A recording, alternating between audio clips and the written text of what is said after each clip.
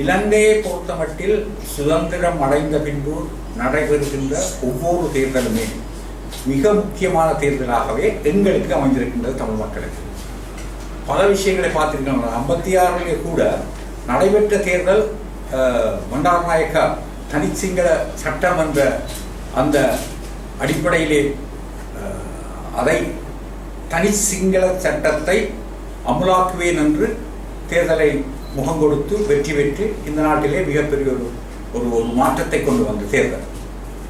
அதன் பிறகு 77 பார்த்தீர்கள் என்றால் கூட தமிழர் விடுதலை கூட்டணி தமிழீழம் என்ற கோரிக்கையை வைத்து தமிழ் மக்களிடையே மிக பெரும்பான்மையாக வென்ற ஒரு தேர்தல்.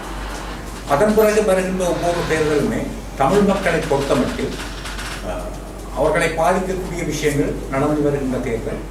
ஆகவே அங்கிருக்கக்கூடிய மாற்றங்கள் எங்களை பாதிக்கிறது மாத்திரமல்ல, இங்கு நாங்கள் எவ்வளவு பலமாக இருக்கின்றோம் என்பதும் ஒரு மிக முக்கிய காரணியாக இருக்கின்றது. இந்த தேர்தலை எடுத்துக்கொண்டால் இங்கு இம்முறை கூட தெற்கிலே இருக்கக்கூடிய நிலைமைகள் பார்க்கின்ற போது அங்கு ஒரு பலமான அரசு வருவதற்கு சாத்தியக்கூறுகள் குறைவாக இருக்கின்றன.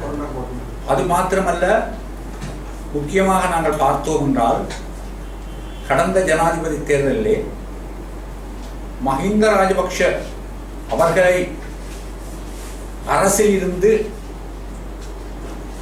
இல்லாமல் செய்துவிட வேண்டும் என்ற ஒரு காரணத்திற்காக தமிழ் மக்கள் மாத்திரமல்ல சிறுபான்மையினர் முழுவதும் ஏறக்குறைய ஒட்டுமொத்தமாக வாக்களித்து மஹிந்த ராஜபக்ஷவை அரசிலே இருந்து இல்லாமல் செய்கின்ற ஒரு நிலைமையை உருவாக்கினோம்.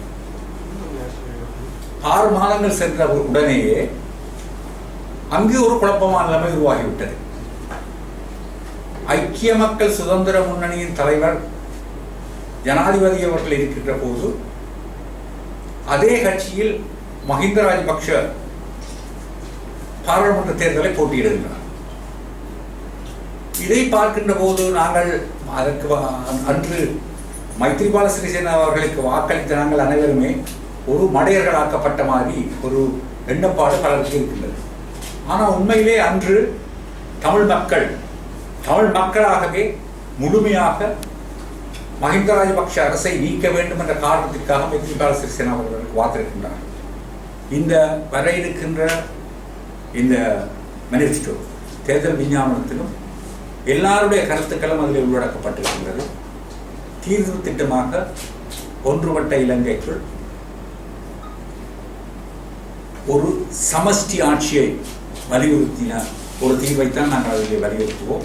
அத்துடன் மற்ற விடயங்கள், நான் முன்பு கூறிய விடயங்கள் பலவும் அதிலே கூறப்பட்டு தமிழ் மக்கள் அவர்களுடைய அபிலாஷைகளை தீர்க்கக்கூடிய விதத்திலே தாங்களே தங்களுடைய அலுவல்களை பார்க்கக்கூடிய ஒரு விதத்திலே ஒன்றுபட்ட இலங்கைக்குள் ஒரு நியாயமான தீர்வை நோக்கிய ஒரு பார்வையாகத்தான் அந்த அந்த அந்த அந்த அந்த விஞ்ஞாபனம் இருக்கும். அதில் நான் முழுவதையும் கூறுவது நல்ல நியாயம் அல்ல, வெளியிடும் போதும் வடிவம்.